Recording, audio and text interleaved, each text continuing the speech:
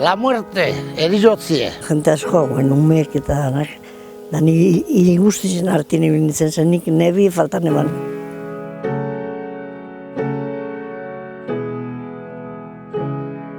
Etxiek horre, izin etxe batzutan laute boltak ike. Horrek entzako horra izan zan, guetako hemengo alteko izan, haintxe kalir izan hori. Gure lagunetan gantzin ziren.